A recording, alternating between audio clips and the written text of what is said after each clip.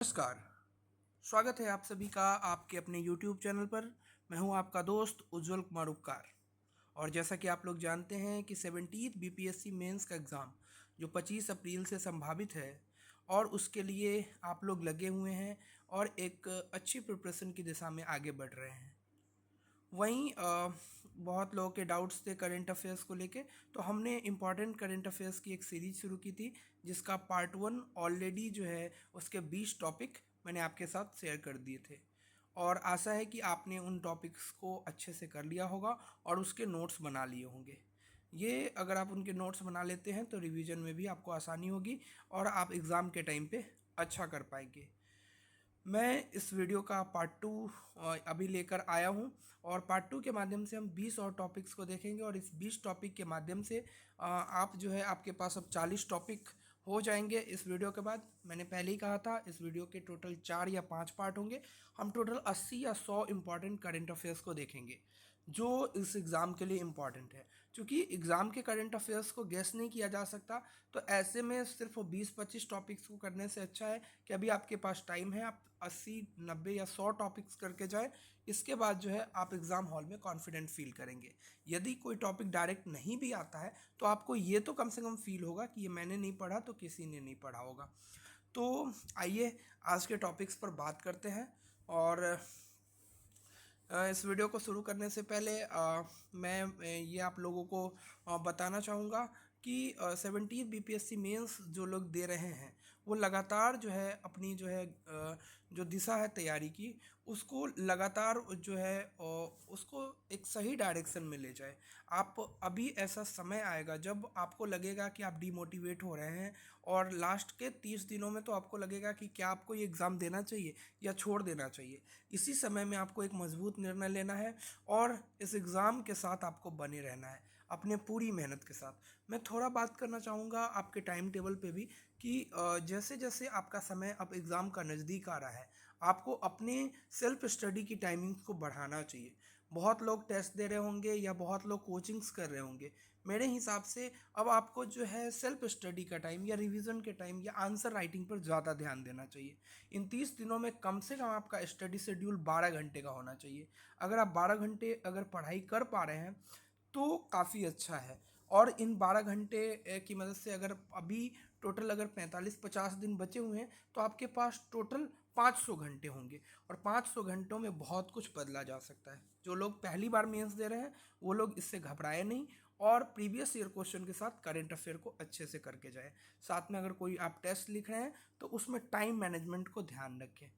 तो हम बात करते हैं अपने पहले टॉपिक पे। और पहला टॉपिक जो मुझे लगता है कि सबको पता ही होगा कि ये टॉपिक बहुत इंपॉर्टेंट होता है, ना सिर्फ करंट अफेयर के दृष्टिकोण से बल्कि इकोनॉमी वाले दृष्टिकोण से भी। ये टॉपिक है बिहार इकोनॉमिक सर्वे का। तो बहुत सारे लोग बोलेंगे कि बिहार इकोनॉमिक सर्वे तो एक बहुत बड़ा डॉक्यूमेंट है, 600 से 700 पेज का होता है, इसको कैसे पढ़े।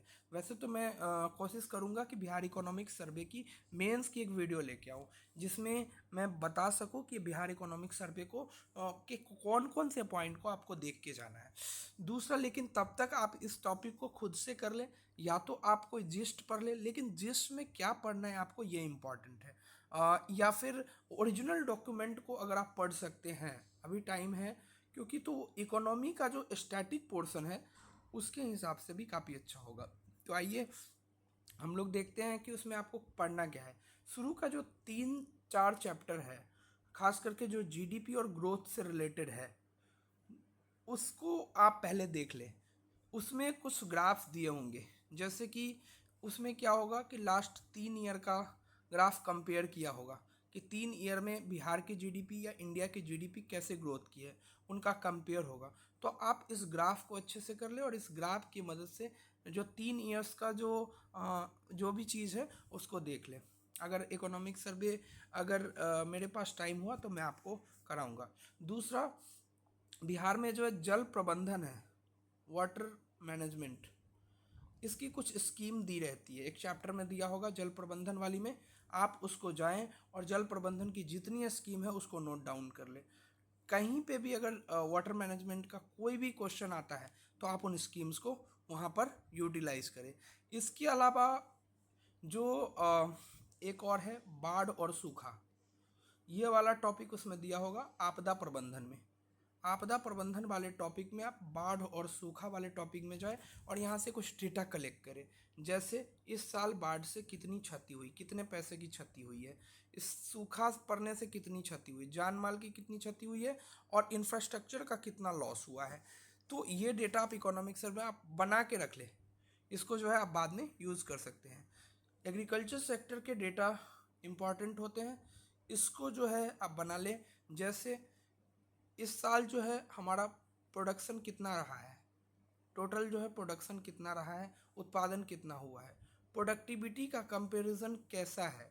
जैसे पिछले साल प्रोडक्टिविटी कितनी थी, इस साल प्रोडक्टिविटी कितनी है, ये आप देख लें। मतलब उत्पादिता, मतलब हमें एक तरीके से जितने ट्रेंड है उसको एनालाइज करना है।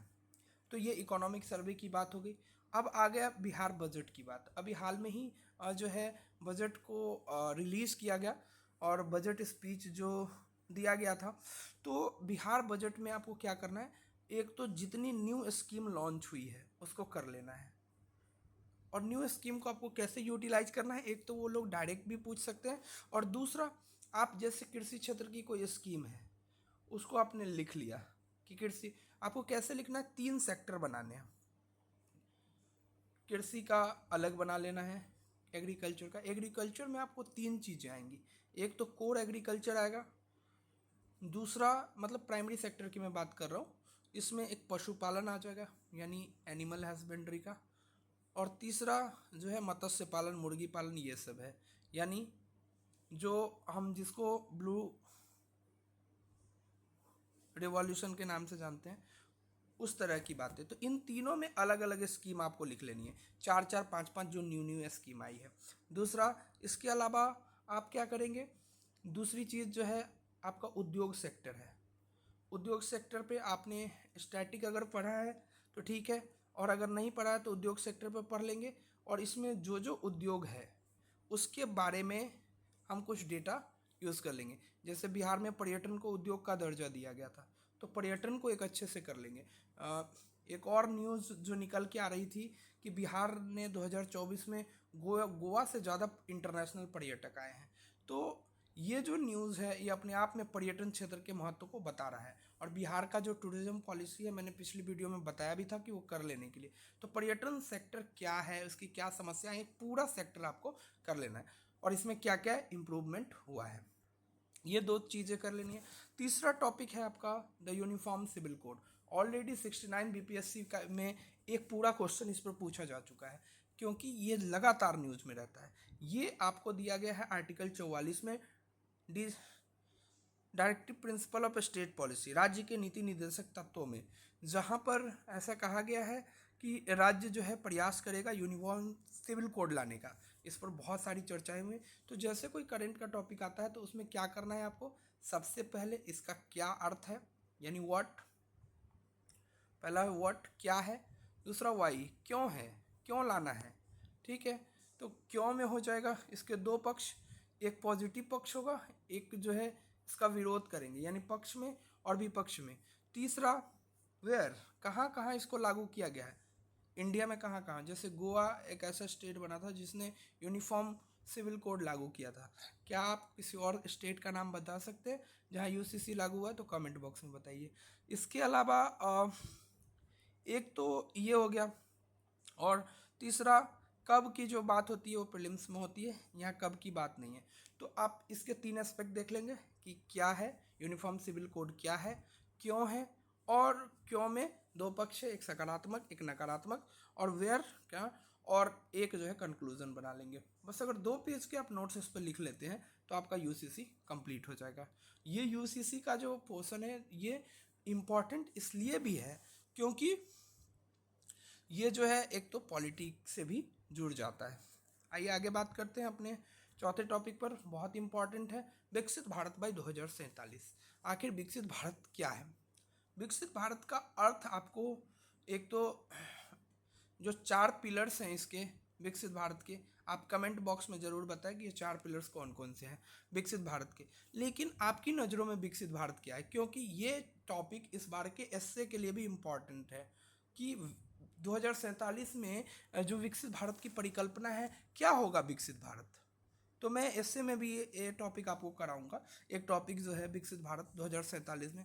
तो सबसे पहले विकसित भारत हमारी नज़रों में क्या हो सकता है, एक जहाँ पे सबके लिए पानी अवेलेबल हो, जहाँ सबके लिए खाना हो, एक अच्छा आवास हो, इसके बाद जो है सबके लिए गैस सिलेंडर हो, बहुत सारी मतलब जो छोटी छोटी चीज़ें हैं वहाँ से स्टार्ट करना है। हमें ये नहीं देखना कि सबके लिए जो है मतलब बड़े बड़े वो हो जाएंगे, एआई आ जाएगा तब विकसित भारत होगा, ऐसा नहीं होता है। हर किसी के लिए जब इंक्लूसिव ग्रोथ होती है, समावेशी विकास होता है या सतत विकास होता है, तब विकसित भारत है। इसमें हमारा एक लक्ष्य है 30 ट्रिलियन की इकोनॉमी। 30 ट्रिलियन की इकोनॉमी क्या, 30 ट्रिलियन डॉलर की इकोनॉमी क्या हम अचीव कर पाएंगे 2047 तक। 2047 तक बहुत सारे लक्ष्य हैं, इन्वायरमेंटल बहुत सारे लक्ष्य हैं। इसको आपको हर एस्पेक्ट में देख लेना है। ये बजट में है, इंडिया के बजट में, आपको वहाँ से कर लेना है। ऐसे में भी ये टॉपिक कर लीजिए। इसके बाद पांचवा टॉपिक है एमएसएमई की न्यू डेफिनेशन और रोल इन इंडियाज ग्रोथ। तो एमएसएमई जो है मिनिमम जो है एमएसएमई का जो न्यू डेफिनेशन चेंज हुआ है, ये दो तरह के होते हैं, एक इन्वेस्टमेंट के आधार पे और दूसरा टर्नओवर के आधार पे। तो ये जो आपका जो है ये पूरा उद्योग सेक्टर में आ जाएगा। जो सेकेंडरी सेक्टर है वहाँ एमएसएमई है। एमएसएमई का सबसे बड़ा रोल ये है ना कि बहुत ज़्यादा जॉब देता है, लोगों को एम्प्लॉयमेंट देता है, इसलिए बहुत इंपॉर्टेंट है। दूसरा ना, इसका निर्यात में एक सिग्निफिकेंट योगदान है, एक्सपोर्ट सेक्टर में। तो सिर्फ डेफिनीशन ना करें आप, एमएसएमई का तो एक न्यू डेफिनीशन कर ले, न्यू डेफिनीशन, और इसको स्टैटिक से जोड़े। मतलब इकोनॉमी में ये टॉपिक इंपॉर्टेंट है। इसमें आप लिखिए कि एमएसएमई में कौन कौन सी इंडस्ट्री आती है। दूसरा, एमएसएमई के क्या लाभ है, क्या लाभ है। दूसरा, इसके बाद सरकार ने क्या क्या कदम उठाए हैं, सरकार क्या क्या कर रही है। और इसके बाद चौथा, कि क्या क्या इसके सामने चैलेंजेस हैं, चुनौतियाँ क्या क्या हैं। और लास्ट में एक कंक्लूजन, इसका फ्यूचर क्या है एमएसएमई का, वे फॉरवर्ड। तो इस तरीके से आप जो एक हॉलिस्टिक अप्रोच से एमएसएमई को कंप्लीट कर ले। न्यू डेफिनेशन, जब भी डेफिनेशन चेंज होती है, बीपीएससी में ऐसा ट्रेंड रहा है, 2016 में डेफिनेशन चेंज हुई थी, 2016 में मेंस का एक पूरा क्वेश्चन आया था इसके ऊपर। तो आप जो है इसको कर ले। इसके अलावा अब नए टॉपिक पे चलते हैं। हमारा छठा टॉपिक है 23rd लॉ कमीशन कॉन्स्टिट्यूटेड। जो विधि आयोग है उसका कॉन्स्टिट्यूशन किया गया है। तो आपको सिंपल इसमें ये कर लेना है कि विधि आयोग में कौन कौन से सदस्य होते हैं, इसकी नियुक्ति कौन करता है, एकदम सिंपल सिंपल। और 22वें जो विधि आयोग थे उसकी क्या क्या जो है रिकमेंडेशन थी, बस इतना कर लेना है, सिंपल सा ये टॉपिक। नेक्स्ट सातवां, BIOE3 पॉलिसी, बहुत इंपॉर्टेंट है, हो सकता है ये एग्ज़ाम में पूछा जाए। ये है biotechnology for economy, environment and employment. ये जो पॉलिसी है एक तरीके से जो बायोटेक्नोलॉजी में एक तो तीन चीज़ों पे ध्यान दिया गया है कि जैसे एनवायरनमेंट जो है उसको भी ध्यान रखना है, एम्प्लॉयमेंट भी जनरेट करना चाहिए और उससे इकोनॉमी को भी लाभ हो। तो हमारे एक तरफ से जीडीपी भी इम्पैक्ट हो रहा है, दूसरा एनवायरनमेंट। तो एनवायरनमेंट विथ ग्रोथ यानी सस्टेनेबल डेवलपमेंट, और सस्टेनेबल डेवलपमेंट विथ एम्प्लॉयमेंट, ये हमारा गोल है इसमें। तो आप इसको कर लेंगे। इसके बाद नेक्स्ट पे आते हैं national multi dimensional poverty index. ये जो मल्टी डायमेंशनल पॉवर्टी इंडेक्स है जारी करता है नीति आयोग, और एक है international multi dimensional poverty index, sorry global multi dimensional poverty index. आपको कमेंट बॉक्स में बताना है कि वो कौन जारी करता है, और अगर हो सके तो उसके जो 10 पिलर्स हैं उसको भी आप पढ़ ले और उसको याद कर ले। 10 पिलर्स, यही 10 पिलर यही फॉलो करती है नीति आयोग, ठीक है। तो मल्टी डायमेंशनल पॉवर्टी इंडेक्स में ये बताया गया कि पॉवर्टी वन डायमेंशनल नहीं होती है। जैसे कोई गरीब इसलिए नहीं है कि उसके पास पैसा नहीं है, ये नहीं है। अगर उसको पैसा दे देगा तो गरीबी से बाहर आ जाएगा, ऐसा नहीं है। यानी ये मल्टी डायमेंशनल है, यानी उसके पास एजुकेशन भी नहीं होगा, उसके पास हेल्थ भी नहीं होगा, उसके पास स्किल्स भी नहीं होंगी। तो बहुत सारे डायमेंशंस हैं पॉवर्टी के। तो वो आपको जो 10 डायमेंशन उसमें बताए गए हैं उसको आपको देख लेना है। नेक्स्ट टॉपिक है role of science and technology in agriculture sector. मैंने पिछली वीडियो में भी एग्रीकल्चर 4.0 को जो आपको दे दिया था। ये जो डिजिटल एग्रीकल्चर आजकल बहुत चल रहा है, इसको आपको कर लेना है। डिजिटल एग्रीकल्चर क्या है? जहाँ हम ऐप्स की मदद से बहुत सारे अनुमान लगाते हैं कि क्या वर्षा होगी, उसके आधार पे एग्रीकल्चर करते हैं। इसके अलावा साइंस एंड टेक्नोलॉजी का क्या रोल है एग्रीकल्चर सेक्टर में? तो एग्रीकल्चर सेक्टर में क्या रोल है, तो आप कैसे देखेंगे? कोई भी एक सिंपल तरीका बताता हूँ। कोई भी अगर आपको क्वेश्चन लिखना है कि उसमें साइंस एंड टेक्नोलॉजी का क्या रोल है, तो आप उसमें 5-6 पॉइंट सोचेंगे। पहला, आईसीटी का क्या रोल है, यानी इंफॉर्मेशन एंड कम्युनिकेशन टेक्नोलॉजी, यानी सूचना एवं संचार प्रौद्योगिकी का क्या रोल है। सबसे पहले इसमें क्या आ जाएगा? ड्रोन की मदद से आजकल क्या हो रहा है, एक तो बीज वीज भी ड्रोन की मदद से डाल सकते हैं। इसके अलावा सैटेलाइट मैपिंग हो जाती है कि कहाँ पे कितना कुछ हो रहा है। इसके अलावा ड्रोन से बहुत सारा सुरक्षा भी कर सकते हैं हम लोग। बहुत कुछ जो इससे हो जाता है। ये आईसीटी कम्युनिकेशन, जैसे मोबाइल बेस्ड। पहले क्या होता था इरिगेशन में, मैं बताता हूँ। इरिगेशन में जैसे सिंचाई करते थे, तो पहले क्या होता था, लोगों को 2-2:30 बजे बिजली आती थी रात को, तो लोग तब जाते थे इरिगेशन करने, तो वहाँ पे सिंचाई करना पड़ता था, लोगों को बहुत परेशानी होती थी। अब जो है ना, रिमोट बेस्ड इरिगेशन आ गया है। रिमोट बेस्ड इरिगेशन का मतलब है यहीं से मोबाइल से ही आप कभी भी चालू कर सकते हैं इरिगेशन। तो कहीं भी रिमोट लोकेशन पे बैठ के भी आप कर सकते हैं फर्टिलाइजर, ये सब का। एक तो ये हो गया। दूसरा है बायोटेक्नोलॉजी। बायोटेक्नोलॉजी में बहुत सारे हैं, जैसे जीएम क्रॉप्स हैं, और एग्रीकल्चर सेक्टर में बहुत सारी चीज़ें हैं। इसके अलावा नैनो टेक्नोलॉजी भी है। नैनो टेक्नोलॉजी में नैनो यूरिया का यूज़ करते हैं। तो इससे क्या होता है कि एफिशिएंट हो जाता है। जो एग्रीकल्चर जो है उसकी एफिशिएंसी काफ़ी ज़्यादा अच्छी होती है। जब एफिशिएंसी ज़्यादा अच्छी होगी तो वेस्टेज कम होगा, और वेस्टेज कम होगा तो प्रोडक्टिविटी अच्छी होगी, और प्रोडक्टिविटी अच्छी होगी तो ग्रोथ अच्छा होता है। तो ये ओवरऑल आप पूरा कर लेंगे। और भी टेक्नोलॉजीज़ है, उसको भी देख लें। जस्ट लाइक लेज़र टेक्नोलॉजी है, और रोबोटिक्स भी बहुत कुछ कर रहा है। बहुत सारी मशीन्स, नई मैकेनाइजेशन हुआ एग्रीकल्चर का, वो सब देख ले तो ये हो जाएगा। अब आगे आते हैं एमएसपी एंड इट्स लीगलाइजेशन। यह minimum support price. Minimum support price जो है वो प्राइस होता है, वो मिनिमम प्राइस होता है जो गवर्नमेंट प्रोवाइड करती है कुछ फसलों के लिए। ये दिया जाता है 22 फसलों और प्लस एक गन्ना के लिए एफआरपी ये दिया जाता है। ये फसल के नाम भी आपको याद होने चाहिए। इसके लीगलाइजेशन पे तो एक एमएसपी क्या है इस पे बात कर लेंगे, और लीगलाइजेशन क्यों ज़रूरी है, क्या मांग है, तो इसके पॉजिटिव पॉइंट्स और इसके निगेटिव पॉइंट्स ये दोनों कर ले। और इसके अलावा ये भी कर ले, एक स्कीम आई थी पीएम आशा। पीएम आशा, इसको आप लोग देख ले। पीएम आशा करने से क्या हो जाएगा कि ये जो है जो कोपरा होता है और 2-3 और चीज़ें होती है, उस पर एमएसपी प्रोवाइड करता है, तो उसको देख ले आप। इसके बाद जो है 10 year of make in India program. BPSC का एक समय में फेवरेट टॉपिक हुआ करता था, हर साल ये वाला टॉपिक पूछ लेती थी वो। इसके 10 ईयर पूरे हो गए, तो कैसे क्वेश्चन पूछे गए? अगर आपने प्रीवियस ईयर देखे होंगे तो आपको पता होगा कि मेक इन इंडिया का क्या रोल है इसमें, क्या आपका सेकेंडरी सेक्टर में, यानी उद्योग जगत में आपका मेक इन इंडिया क्या भूमिका निभा रहा है। तो आपको वहाँ देखना पड़ेगा कि मेक इन इंडिया, या फिर एक क्वेश्चन उन्होंने पूछा था डिफेंस को लेके कि डिफेंस में मेक इन इंडिया का क्या रोल। ये फिर से क्वेश्चन आ सकता है रिपीट में कि डिफेंस में इंडिया का, मेक इन इंडिया प्रोग्राम का क्या रोल है। मेक इन इंडिया का मतलब है ये प्रोग्राम तब लॉन्च हुआ था जब जस्ट जो है गवर्नमेंट चेंज हुई थी यूपीए से, और इंडिया की गवर्नमेंट आई थी, तो उस टाइम पे ये प्रोग्राम लॉन्च हुआ था। और हाल में ही local for vocal vocal for local चीज़ें बताई गई है, और साथ में ये किया गया कि इंडियनाइजेशन हो जो भी हमारी डिफेंस टेक्नोलॉजी है। डिफेंस में हम लोग जो है अपने आप पे ही वो हो, हम लोग सब कुछ अपने आप से ही प्रोड्यूस कर सके।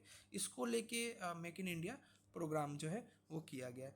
तो इसमें बहुत सारी चीज़ें, जैसे कि अभी इसरो को आप देख रहे हैं कि उसने बहुत सारी चीज़ें की अंतरिक्ष में, मतलब वो इंडियनाइजेशन का, हमने क्रायोजेनिक टेक्नोलॉजी खुद से ही जो है डेवलप की है। इसके अलावा आप डिफेंस में बहुत सारे देखते होंगे, बहुत सारे रॉकेट्स हैं या फिर बहुत सारे गन्स बनाए हैं, या बहुत सारे अभी बहुत फेमस हुआ था आईएनएस विक्रांत को, आपने देखा कि वो भारत में बना, इंडिजीनियस बना। तो ये ओवरऑल कह सकते हैं। तो आप टेलीग्राम पे जो मैंने नोट्स प्रोवाइड किए हैं, जो साइंस एंड टेक के, उसमें मेक इन इंडिया के बारे में अच्छे से बताया गया है। इसके कुछ कुछ सेक्टर्स हैं, उसमें किसी पे भी पूछा जा सकता है, लेकिन जो 2-3 सेक्टर एग्ज़ाम में आने लायक है वो मेरे नोट्स में है। तो आप लोग उस टेलीग्राम को ज्वाइन कर ले और उस नोट्स को कम से कम डाउनलोड करके एक बार प्रिंट करा ले। टेलीग्राम मैं बता देता हूँ, डीएसपी उज्ज्वल उपकार से है। इस नाम से आप एक बार टेलीग्राम को सर्च कर ले और वहाँ पे ज्वाइन करके नोट्स डाउनलोड कर ले, और नोट्स डाउनलोड करके आप कम से कम प्रिंट करा के ये सब टॉपिक आप उसमें देख ले। इसके बाद global education monitoring report 2024 UNESCO की है। ग्लोबल एजुकेशन मॉनिटरिंग रिपोर्ट, ये जो है एक तरीके से जो एजुकेशन ग्लोबल लेवल पे उसको मॉनिटर करती है कि कहाँ एजुकेशन की क्या ग्रोथ हुई है। क्योंकि एजुकेशन से रिलेटेड है तो एजुकेशन पे एक अलग से सब्जेक्ट भी होता है, इसलिए मैंने ये टॉपिक इंक्लूड किया है कि अगर ये डायरेक्ट एग्ज़ाम में नहीं भी आता है तो एजुकेशन संबंधी डेटा आपको पता होंगे। और हाल में जो एजुकेशन संबंधी डेटा है, तो आपको इससे में जो एजुकेशन का टॉपिक आता है तब भी आप वहाँ से इसको कोट कर सकते हैं। आगे बात करते हैं new makhana board and food institute to be opened in Bihar. मैंने अलग से टॉपिक लिया है, जबकि एक टॉपिक मैंने इस चीज़ का भी लिया है लास्ट में कि major allocation of Bihar in India's budget. तो मैं यहाँ पे बोलना चाह रहा हूँ कि बिहार में जो मखाना बोर्ड बनाने का निर्णय लिया गया है और फूड इंस्टीट्यूट को खोलने का निर्णय लिया, एक बहुत बड़ा निर्णय है। क्योंकि आपको पता होगा कि 2022 में इसको जीआई टैग भी मिला था, और जो 80% जो भी इंडिया का मखाना प्रोड्यूस होता है वो बिहार में होता है। ऐसे में मखाना बोर्ड का जो है बिहार में इस्टेब्लिश होना बहुत अच्छा कदम माना जा सकता है। तो ये क्वेश्चन पूछा जा सकता है, और कि मखाना के बारे में कुछ पूछा जा सकता है। तो ये एक बार फिर एग्रीकल्चर सेक्टर, लेकिन एग्रीकल्चर सेक्टर में भी मैं एक चीज़ का नाम लेना चाहूँगा, ये है फूड प्रोसेसिंग इंडस्ट्री। हिंदी में बोलते हैं इसको खाद्य प्रसंस्करण उद्योग। ये एक अलग से एक टॉपिक होता है इकोनॉमी में। इसमें क्या करते हैं, जैसे मान लीजिए आपके पास कोई खाद्य है, ठीक है, तो मतलब कुछ खाने की चीज़ है, उसको आप उसमें कुछ वैल्यू एडिशन करते हैं, और वैल्यू एडिशन करके उस प्रोडक्ट को चेंज करते हैं, जिससे उसका प्राइस बढ़ जाता है। प्राइस के साथ उसके साथ उसकी जो, चूँकि पेरिसेबल होता है, कुछ टाइम बाद ख़राब हो जाएगा, तो उसकी सेल्फ लाइफ बढ़ जाती है। तो ये जो उद्योग है अपने आप में जीडीपी में बहुत योगदान है। जैसे एग्जाम्पल के तौर पे मैं बात करता हूँ कि आपने टमाटर खरीदा या फिर आलू खरीदा, तो आलू कितना सस्ता मिलता है, लेकिन फिर आलू का क्या करते हैं लोग, चिप्स बना देते हैं, वैल्यू एडिशन कर दिया। तो वैल्यू एडिशन चिप्स महंगा मिलता है, उसकी थोड़ी ब्रांडिंग कर देते हैं, फिर वो चिप्स लेज का हो जाता है, फिर वो और महंगा मिलता है। तो ये जो ब्रांडिंग का सिस्टम है, तो इसमें जो है पूरा एक क्लस्टर टाइप का बनता है, ठीक है। तो ये मखाना के लिए भी कर सकते हैं, ये मैं बताना चाह रहा था कि अभी जो मखाना, अभी बाहर जाएंगे ना, अभी इंडिगो ने भी अपने जो फ्लाइट है उसमें देखा मैं कि मखाना वो यूज़ कर रहे हैं, यानी मखाना की इम्पोर्टेंस बढ़ रही है। हमने बिहार की इतनी सारी फ्लाइट्स जाती है बिहार से, हमने कभी सोचा ही नहीं कि हम मखाना रख सकते थे। अगर हम ये सब प्रोडक्ट यूज़ करते तो अभी मखाना की इम्पोर्टेंस काफ़ी ज़्यादा होती। तो चलिए, अच्छा कदम माना जाएगा कि मखाना बोर्ड कॉन्स्टिट्यूट हुआ है। इसके बाद अटल इनोवेशन मिशन नीति आयोग का है, ऑलरेडी बीपीएससी 68वीं में इस क्वेश्चन को पूछ चुकी है। अटल इनोवेशन मिशन क्या होता है? नीति आयोग द्वारा जारी किया जाता है। इनोवेशंस के कुछ स्टेप है, इसी में कुछ इंक्यूबेशन सेंटर है, वो सब भी आप देख लेंगे एक बार। इसके बाद है नेशनल एजुकेशन पॉलिसी 2024, इम्पॉर्टेंट है। जो एजुकेशन की पॉलिसीज़ डिफरेंट आई है, उसमें 2024 की पॉलिसी भी है। आप इसको सर्च कर ले और इसमें क्या क्या है, एजुकेशन में क्या क्या चेंजेस किए गए हैं पॉलिसी में, वो आप एक बार कर लेंगे। इसके बाद एक बहुत कह सकते हैं एक महत्वाकांक्षी प्रोजेक्ट है इसरो का, भारतीय अंतरिक्ष स्टेशन बाई 2040 तक हमें एक भारतीय अंतरिक्ष स्टेशन चाहिए। तो ये कैसे बनेगा? इसके लिए नेक्स्ट जनरेशन लॉन्च व्हीकल, जिसका नाम रखा गया है Surya, next generation launch vehicle, इसको भी बनाने की तैयारी चल रही है। तो भारतीय अंतरिक्ष स्टेशन 2040 तक इसको कर लेंगे। और इसको जब आप करेंगे तो आप इसरो को थोड़ा पढ़ लेंगे कि इसरो के नेक्स्ट मिशंस कौन कौन है, आप पढ़ते ही है साइंस टेक में। इसमें आप इसका जो ये पढ़ेंगे कि इसका निर्यात में क्या योगदान है, जीडीपी में क्या योगदान है, इसरो के आगामी लक्ष्य क्या है। मेरे नोट्स में ये सब लिखा हुआ है, तो आप वहाँ से फॉलो कर लीजिए सब चीज़ें। इसके बाद रिन्यूएबल एनर्जी गोल्स, जो रिन्यूएबल एनर्जी का जो मार्केट है आजकल थोड़ा डाउन हो गया है, तो वो जो गोल्स है इसमें एक है प्रधानमंत्री और मुझे अभी स्कीम का नाम एग्जैक्ट नहीं याद आ रहा है, लेकिन उसमें रूफ टॉप पे सोलर लाइट लगाने की बात है, सोलर लाइट लगाने की बात है, ठीक है। तो वो आप वहाँ से देख लें। सोलर लाइट के रिन्यूएबल एनर्जी सोर्स में जो टारगेट है 500 गीगावाट करना है नॉन फॉसिल फ्यूल से 2030 तक। तो ये टारगेट कितना रिलायबल लग रहा है आपको, इसके बारे में कर ले। रिन्यूएबल एनर्जी पूरा चैप्टर आप स्टैटिक्स से पढ़ ले।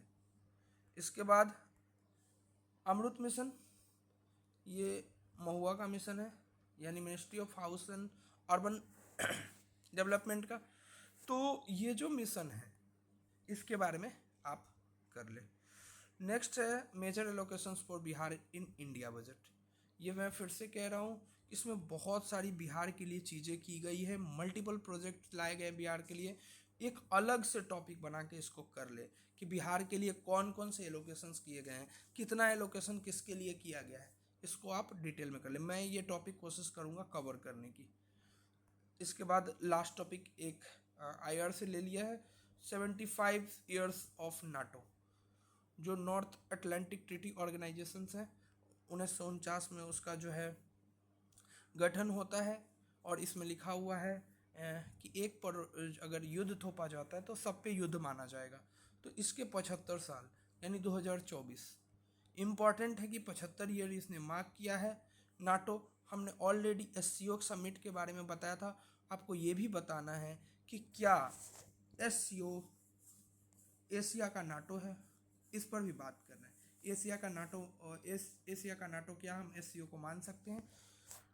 क्योंकि या फिर ये कह सकते हैं कि नाटो के विरोध में बनाया गया ये जो है संगठन है एससीओ। तो एससीओ वर्सेज नाटो, ये भी आप कर लेंगे, ये इम्पॉर्टेंट है। ये हो गए हमारे टोटल 20 टॉपिक। आशा है कि आपने इसको नोट कर लिया होगा और आप इसको अच्छे से कर लेंगे। थोड़ा ज़्यादा ये है कि बिहार इकोनॉमिक सर्वे और बिहार बजट अगर आप आराम से भी करेंगे, मतलब धीरे धीरे करके चैप्टर्स पढ़ेंगे तब भी चलेगा, लेकिन बाकी के जो 18 टॉपिक है उसको आप कंप्लीट कर ले जल्द से जल्द।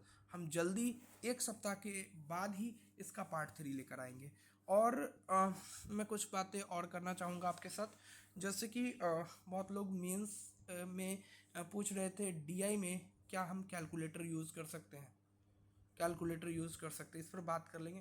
तो डीआई में आप सिंपल कैलकुलेटर यूज़ कर सकते हैं, सिंपल कैलकुलेटर जो दुकान में यूज़ होता है। हाँ, साइंटिफिक कैलकुलेटर यूज नहीं कर सकते हैं, साइंटिफिक कैलकुलेटर जिसमें फंक्शन दिया रहता है वो यूज नहीं कर सकते हैं। इसके बाद बहुत लोगों ने पूछा था कि मेंस आपने किस पेन से लिखा है, ठीक है, और कौन सा पेन ज़्यादा अच्छा रहेगा। तो मैं उनको बताना चाहूँगा कि मैंने बचपन से एक ही पेन से लिखा है, इसलिए मैंने भी उसी से मेंस लिखा। जिस पेन के साथ आप कंफर्टेबल है आप उसके साथ जाएं, ऐसा कोई ज़रूरी नहीं है कि कोई पेन के साथ जाए। मैंने तो लिंक ग्लाइसर से लिखा था, ठीक है। अगर आप लिंक ग्लाइसर से लिख रहे हैं या किसी से ही लिख रहे हैं, उससे ज़्यादा फर्क नहीं पड़ेगा। लेकिन अगर आपको एक मतलब वैरायटी ऑफ पेन के साथ लिख रहे हैं पहले से ही कि आपको पता नहीं किस पेन से लिखें, तो आप V7 के साथ जा सकते हैं। V7 एक अच्छा पेन है, इसको आप यूज़ करके देखें। अगर आप इसके साथ कंफर्टेबल है, या V5 है, इन दोनों पेन को एक बार यूज़ करके देखें। इसके बाद बहुत लोगों ने पूछा था क्या जेल पेन यूज़ कर सकते हैं। बिल्कुल यूज़ कर सकते हैं, आप कोई भी पेन यूज़ कर सकते हैं। एक ही इसकी वो है कि वो पेन जो है पेज पर कोई वैसा निशान न छोड़े जिससे आपको दिक्कत हो। बाकी जेल पेन यूज़ करने में कोई दिक्कत नहीं है, बहुत सारे लोगों ने मेंस में लिखा है जेल पेन से, तो कोई दिक्कत नहीं है जेल पेन से। तो ये तो रही पेन की बात, और कैलकुलेटर की बात भी आप समझ गए हैं। और इसके अलावा मैं बात करना चाहूँगा आपके टाइम टेबल की, कि आप अभी किस तरीके से अपना टाइम टेबल मैनेज करें। अगर आप 12 घंटे अगर देते हैं इस चीज़ को, अभी आपके शेड्यूल में अगर 12 घंटे हैं, तो मेरे हिसाब से आपको डेली 3 घंटे सिर्फ लिखना चाहिए। 3 घंटे सिर्फ लिखना चाहिए। जब तक आप लिखेंगे नहीं, आपको क्या समझ आएगा कि आप मेंस में क्या लिखेंगे और क्या लिखना चाहिए। मान लीजिए कि आप कोई टॉपिक उठाते हैं, संघवाद। संघवाद तो आपको क्या लिखना चाहिए। सबसे पहले तो प्रीवियस ईयर क्वेश्चन देख लें कि उसमें क्या क्या क्वेश्चन आया हुआ है और क्या क्या आपको करना चाहिए। तो आपको उससे एक टॉपिक पता चल जाएगा कि अच्छा प्रीवियस ईयर में ये आया हुआ है कि संघवाद क्या है, या फिर ये आया हुआ है कि मान लीजिए संघवाद की क्या समस्या है। तो जो फेडरलिज्म है, तो इसमें आप क्या करेंगे, सबसे पहले क्या है पता कर लेंगे क्या है। दूसरा, क्यों लाया गया, क्यों, वाई वाला फैक्टर इम्पॉर्टेंट है। इसके बाद क्या संघवाद के कारण कुछ पॉजिटिव हुआ है, संघवाद के कारण कुछ नकारात्मक हुआ है, संघवाद से कौन कौन सी चुनौतियां उत्पन्न होती है, संघवाद से क्या क्या लाभ होते हैं, और संघवाद कौन कौन से आर्टिकल में है, ये भी संविधान का आर्टिकल भी आप देख लें। और संघवाद पे क्या कोई न्यायालय ने फैसला दिया है, सुप्रीम कोर्ट ने, इसको चेक कर लें। बस इतनी चीज़ें करने से आपका संघवाद क्लियर हो जाएगा। तो 3 घंटे आपको, 12 घंटे मैंने बोला, 12 घंटे में आपको 3 घंटे सिर्फ लिखना है, 3 घंटे सिर्फ आंसर राइटिंग करनी है। आंसर राइटिंग से ज़्यादा आंसर फ्रेमिंग करनी है। इसके बाद आपको क्या करना है, 1 से 2 घंटा, 1 घंटा, कम से कम 1 घंटा आपको करेंट अफेयर पे देना है। मिनिमम 1 घंटा करेंट अफेयर पे देना है। इसके बाद 2 से 3 घंटा आपको रोज प्रीवियस ईयर क्वेश्चन देखना है, डेली। 2 से 3 घंटा आपको रोज प्रीवियस ईयर क्वेश्चन देखना है। 2 से 3 घंटा आप प्रीवियस ईयर क्वेश्चन दें तो ये हो गया 3, 3, 6 और 7 घंटे। और इसके बाद जो बाकी के 3 से 4 घंटे बच रहे हैं, उसमें आपको चीज़ें याद करनी है, कुछ फैक्ट्स, कुछ डेटा। और इसी में आप जो 1 घंटा निकाल के, 1 घंटा आप एस्से की ब्रेनस्टॉर्मिंग करें, एस्से की ब्रेनस्टॉर्मिंग, जिसमें आप देखें कि कौन सा कोट यूज़ कर सकते हैं। अगर महिला वाला एस्से आएगा तो हम क्या क्या कोट यूज़ करेंगे, क्या क्या लिख सकते हैं, क्या क्या कर सकते हैं। अगर युवा वाला कोई एस्से आएगा तो क्या करेंगे, आतंकवाद का एस्से आता है तो क्या करेंगे।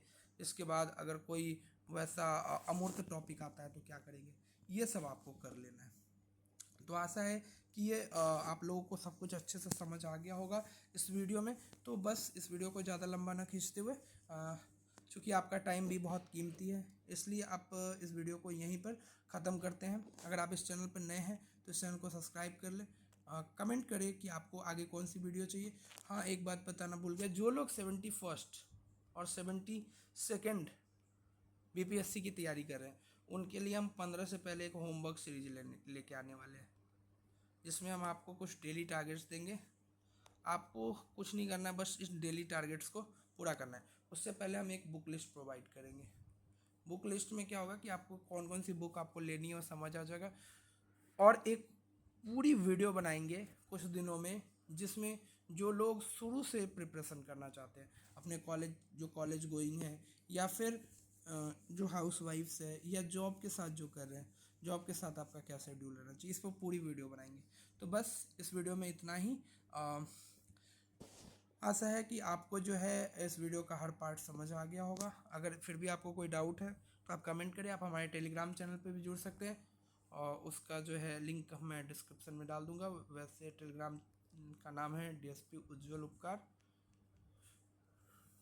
धन्यवाद।